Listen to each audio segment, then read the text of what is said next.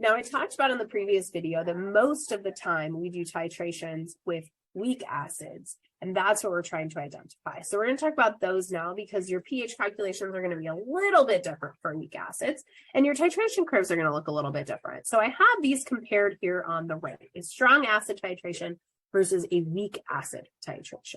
Okay, so notice the strong acid starts lower, the weak acid starts higher at a higher pH. That's because it's a little bit weaker, so it's not going to be as acidic as you're going.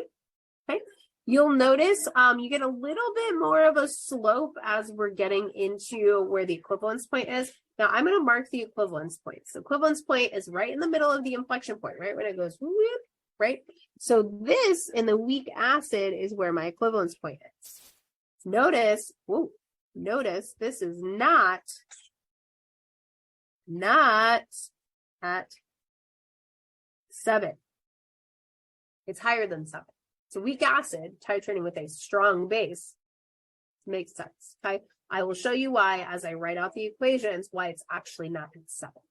Okay, but then you'll notice after that it's exactly the same because up here it's the same because it's just excess OH minus that's been added. Okay, so really my difference is that whole beginning. Now, what I want to point out is this region right here that we get a pretty flat region right there. It's got a little bit more of a slope to it. This is actually called the buffering region. Okay, because it's actually buffering that pH there and it's making conjugate bases. Okay, bud. Okay, go for it. Okay, so things you need to notice, right? Equivalence points, not at 7. It's actually more basic than that. Okay. Now for our calculations in this case, we are going to have to take into account that when a weak acid is neutralized, we have some conjugate base in there. And that's what's going to affect all of our pHs. So our steps essentially in these calculations are going to be the same as what we did for the strong acid, strong base. Is going to be 1, you're going to have to do a BCA for the neutralization.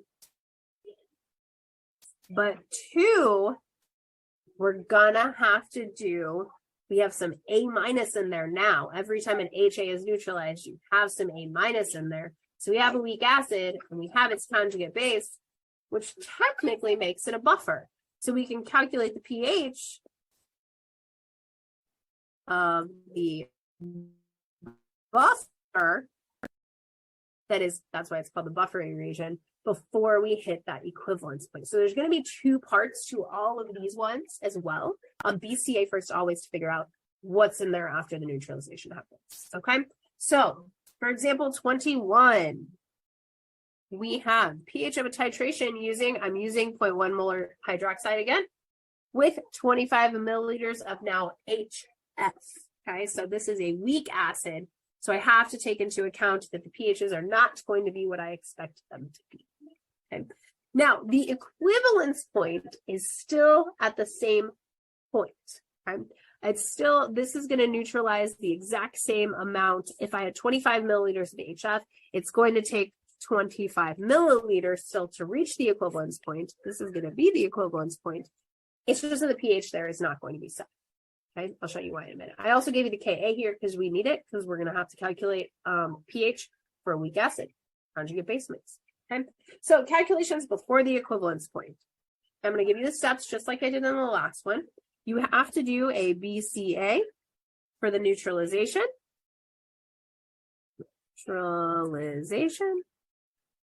And then you have to do ice or Henderson-Hasselbalch. This is the easy way for your weak acid conjugate base mixture. Okay. Henderson-Hasselbalch, right, is always going to save you some time. If you've got a buffer, meaning you have some weak acid and it's conjugate base, use the Henderson-Hasselbalch equation. Okay, so this is why I'm going to draw my flask here. What is going on in this flask? Well, I had a bunch of HA. Now remember, HA does not completely dissociate. Actually, most of them are still together. Maybe we're going to make one that was dissociated. Okay, but as I'm adding hydroxide, it's going to latch on to this guy neutralize my H plus, and then I'm still going to have HAs and A minuses in there, which is why I have to do Henderson-Hasselbalch to find what the pH is. Okay, this is going to attach to that OH minus and make it up. All right, so I'm going to do the 5 milliliters again and the 25.2, just like I did before, but also the pH at the equivalence point, which is going to be a little bit different. So 5 milliliters, here we go. Neutralization. Well, I'm adding hydroxide, okay, and that is, of course, going to neutralize with, instead of writing HC2H3O2, I'm just going to write HA. Oh, this is HF. I guess I can write that. That does not take long. So with HF, okay, what does that make? They're going to neutralize each other. I get H2O, and I also get F minus. Okay, so B, C, A. At 5 milliliters, again, I'm adding a 0.005 moles of hydroxide. I had 0.0025 moles of hydrofluoric acid. Nobody cares about the water. And I didn't have any F minus in there to begin with, so that was 0 to begin with. Okay, so minus X plus X, 0.0005 minus X, 0.0025 minus X, and X. This one is going to run out because it's less. So I'm going to plug X, which ends up being 0.0005 in here and here, just like we did in our buffer solutions. All right. So now I have 0.0025, or sorry, 30. No, this one's 20. Sorry, minus X, 0.0020. And over here I have 0.0005 of F minus. So I've got some HF and I've got some F minus in there. So what I'm going to do instead of an ice, so this was big step 1. Step 2, instead of an ice, I'm going to use Henderson-Hasselbalch. I'm going to use pH equals the negative log of the Ka, which is 3.5 times 10 to the negative 4th, plus the log of A minus 0.0005 over HA 0.0020. Okay, so I'm going to get the pH here is 2.85. All right, so I got, this is 2.85, higher than if it was a strong one. And you'll notice as you go through and calculate these, 4.06, these are all higher because this is a weak acid, 5.95. Okay, if you calculate all of these, the only thing that's going to be different for each one is this value and this value, okay, until you get to the equivalence point and all the acid has been neutralized. All right, so this is how you do before the equivalence point. Now, what happens at the equivalence point? Why is the pH not 7? Okay, well, let's think about what's going on in this little beaker here, or in my little Erlenmeyer flask here, okay? Essentially, all of the HA reacts with OH minus. It all gets neutralized. So this is all going to be gone, and I get H2O and A minus, right?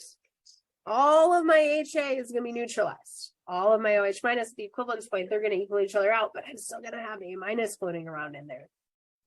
Okay, so all of my HA has turned into A minus. So it's really just A minus in there, which is a conjugate base. So that's why the pH is basic. Okay, so we're going to have to do the same thing. We're going to have to do essentially a BCA to figure out how much A minus is in there. Concentration of A minus. Okay, now is this a buffer? No, there's no HA left, so this isn't a buffer, so you cannot use that. However, we can do an ice table. Okay, no Henderson-Hasselbalch. We can do an ice table with our A minus guy to figure out what the pH is there. Okay, for pH. All right, so calculating the equivalence point, a little bit difficult. But since essentially all of my HA, I'm going to write that down here, all of my HA has turned into A minus, I know how much A minus is in there. Okay, so I guess really we don't have to do all this BCA. So ignore that. We're not going to do BCA. All of my A minus has turned into HA. Sorry, other way. HA has turned into A minus. So whatever I had to begin with, I still have. So I have 0.0025 moles now of A minus. Well, that was easy. So now I can plug that in. I just have to do an ice table to figure out what the pH is. All right. So all I have in here is A- floating around in solution in water. So what happens when you have that in water? Well, it acts like a base, so it takes on a hydrogen. So it becomes HA. Now I'm going to get some HA in there, aren't I? And OH-. Okay. That's why it's basic, because of this guy right here. So I'm going to do my ice, CE. Now remember, ice is in molarity, so I have to do 0.0025 over whatever my volume is here, which in this case is 0.05, 25 milliliters of acid. I also use 25 milliliters of base. Okay, 0, 0. None of those are in there to begin with. Look at my flask. I have A-. Okay, so now I'm going to do my ice plus X plus X. This is 0.05 minus X, X. All right. Now I can write my K equation here, but is this a Ka or is this a Kb? What K value do I use? Well, notice I'm making a base. This is A-, not HA. So this is actually a Kb equation because it's making a base. So Kb is X squared over 0.05 minus X. Now, do I have the Kb? No, but I can find it because 1 times 10 to the negative 14th over the Ka, which was 3.5 times 10 to the negative 4th. I can use that equals X squared over 0.05 minus X. Solve for X. You can drop the minus X. I got 1.195 times 10 to the negative 6. So that is this OH minus concentration. So if I do the negative log of that, I get that the POH is 5.92, meaning the pH is 8.08, okay? Which is the pH at the equivalence point when I'm doing this titration. So I'm going to put this up here, 8.08. All right, so equivalence point was still at 25 milliliters. Because they were the same concentration, I had 0.1 molar hydrofluoric, 0.1 molar NaOH. So when I added the same amount of acid base, I was at 25 milliliters. Okay. And then to calculate the pH, what I did, I'm just kind of reiterating, all of the HA had been neutralized, so now it's all 0.0025 moles of A-. So I did what happens when that's in water. It's kind of like having just a salt in water. I had A- plus water makes HA and OH-, which is a Kb equation, which is why I had to do this step here and calculate the Kb. X was 1.195 times 10 to the negative 6. Plug that in, I get for the OH-, get POH, get pH. Okay, does this answer make sense? Well, yeah, it's a little bit basic. It's exactly what it should be at the equivalence point. All right, now calculations after the equivalence point for weak acid, weak base. Now, if you noticed before, weak acid, strong base. If you notice before on the curve, it looks exactly the same as the strong one after the equivalence point. It's calculated exactly the same. So you notice these numbers are exactly the same. So first thing we do is BCA for the neutralization.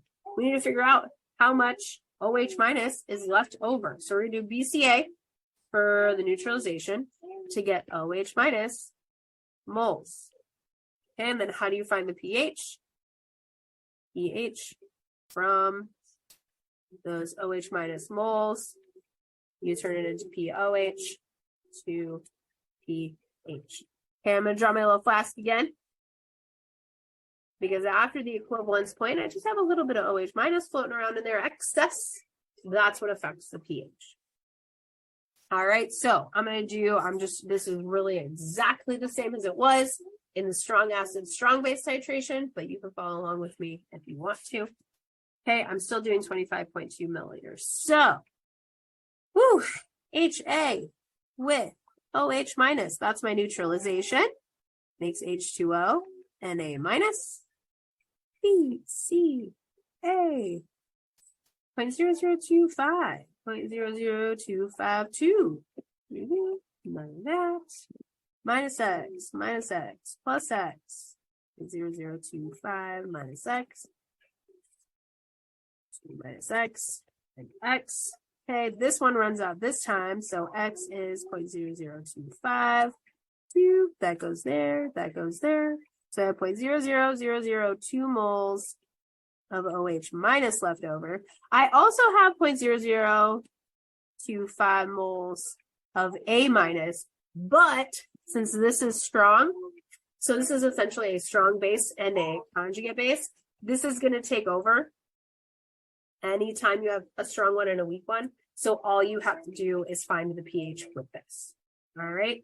So POH, because this is hydroxide, is going to be 0.00002 moles over how many liters do I have? Well, I added 25 milliliters and 0.0252 milliliters. So the negative log of this guy, I'm just going to write it right here that I did the negative log of this whole thing, is 3.40. So the pH is 10.60. Okay, so again, all of these are going to be exactly the same as they were for strong. So this one was 10.60. This one was 11, 11.68, 11.96, and 12.22. Remember this part? Same as strong acid, strong base. Okay, so if you need help with those, please let me know. I know it is very repetitive. You really need to think about what is in the solution, what is going on. Always do your neutralization first, and then figure out the pH from whatever is left over in that flask after that neutralization.